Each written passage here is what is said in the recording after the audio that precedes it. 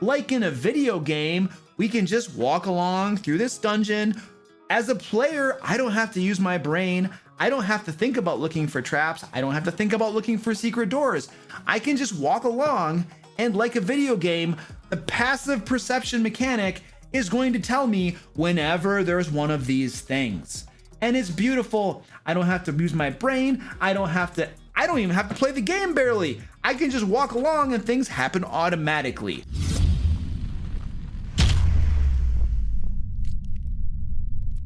Ed Robinson Jr. would like to know why I hate passive mechanics. So, this is why I hate passive mechanics. First of all, what do we mean by passive mechanics? Passive mechanics are passive perception, passive investigation, passive knowledge, passive anything that's passive. And there is a growing trend of having more and more passive checks.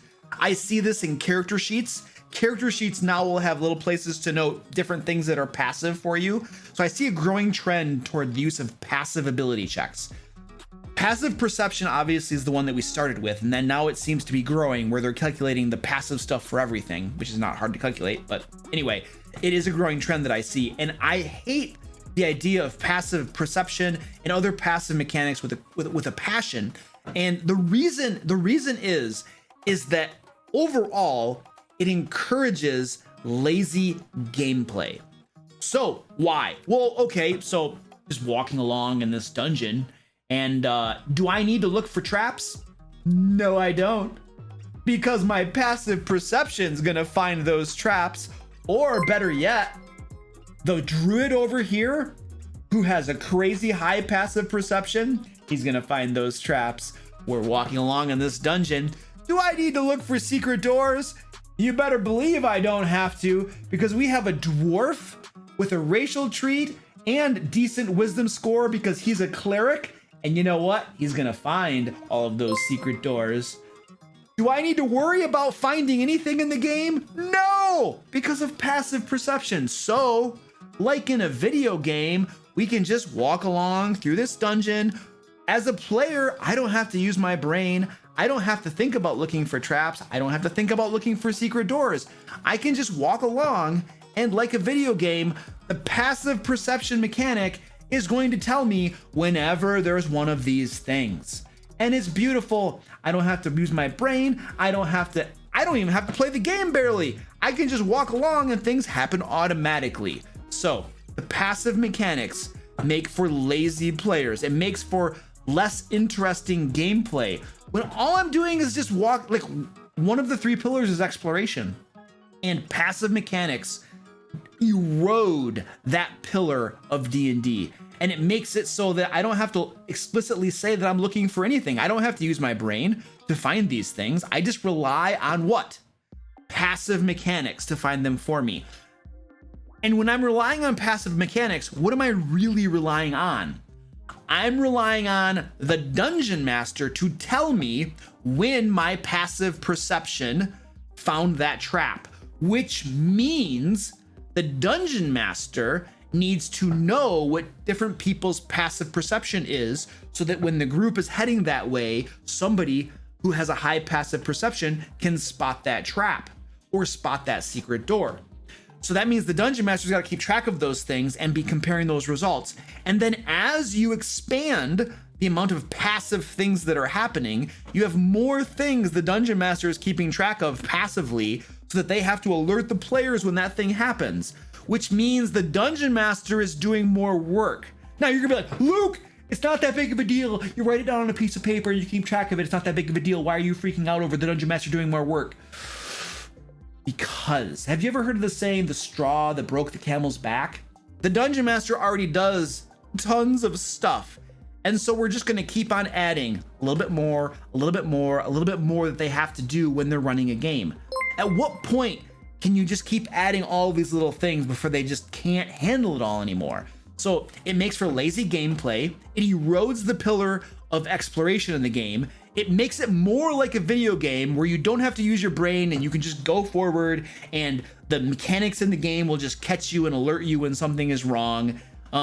and it makes the dungeon master have to do more work.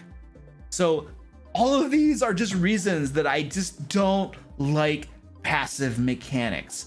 I want my players to engage with the game world. I want my players to use their brains. I want them to listen to the descriptions that I give of an area and the clues that are in that description so that they can say, hey, that sounds like there might be a trap there. We should go check that out.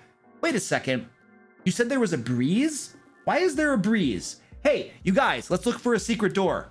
And then they look for a secret door. You see, I want them to use their brains. I want them to engage with the game world. I want them to become more immersed. I want them to role play their characters and do what their characters would do. And so these passive mechanics take us out of the immersion. They take us out of the game world. And instead they reduce it to just a video game where you just don't have to worry about that stuff. You don't have to think. You just smash that button. You know, you have your rotation. You have your special rotation.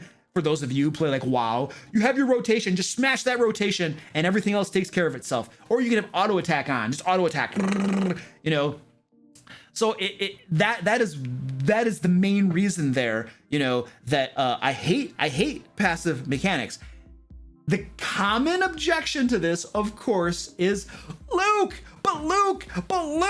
how, what about the players who look for traps every 5 feet? Luke, what about the players who look for secret doors every 5 feet? They're always looking for this stuff. Ah!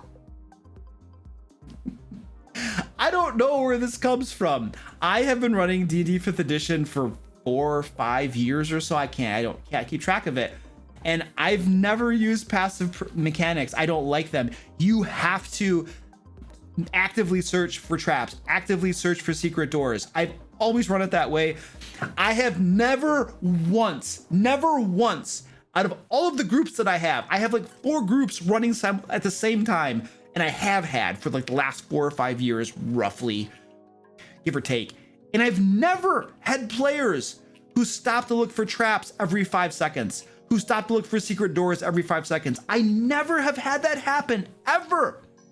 It's like a phantom objection, or some narrow select few people will have players that constantly look for traps. And I'm sure somebody in chat's like, I have players like that. It's possible. So I've never had that happen to me.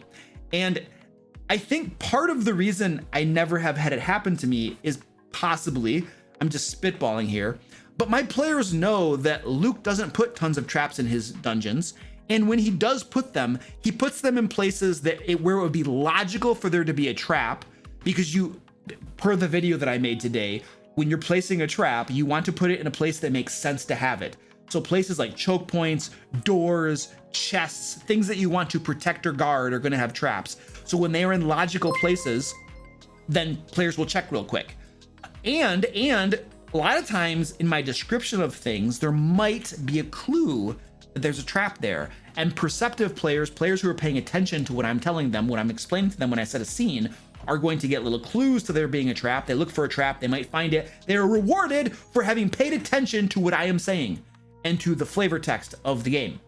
So I've never had that problem in my games ever, which is the common reason people will say you should have passive perception, is to avoid that thing where players are constantly having to look for stuff and they slow the game down. I've never had that problem at all, ever. And the other thing is, sometimes the other reason people will say use passive, or they'll want to use passive, is maybe my active roll is a 1 or a 2 and it turns out to be really horrible. And so they're like, Luke, this sucks, you know, if I had used my passive perception, I would have been okay, but now you're making me use my active and I rolled poorly. So my concession to this is that if you make an active perception check to find a trap or a secret door, and you roll lower than what your passive would have been, you can use your passive instead. And I only use that for perception checks, because I realize that I kind of have a house rule going on here where I don't use passive perception as it's kind of outlined in D&D 5th edition. I want to let you guys know that I am now publishing a monthly PDF to my patrons. The first one is now available over my Patreon, And every month you're going to get D&D resources such as adventure ideas, traps. This coming month, we have traps we're going to be delivering, full encounters. I have maps that are designed for use on virtual tabletops. I got full adventures in there. I have whole bunches of Dungeon Master resources. Basically, the idea is that, you know, this is stuff that you can use in your games to reduce your prep time, possibly increase the quality of your games, make your life easier and your games a little bit more fun for your players. So that's the dealio right there.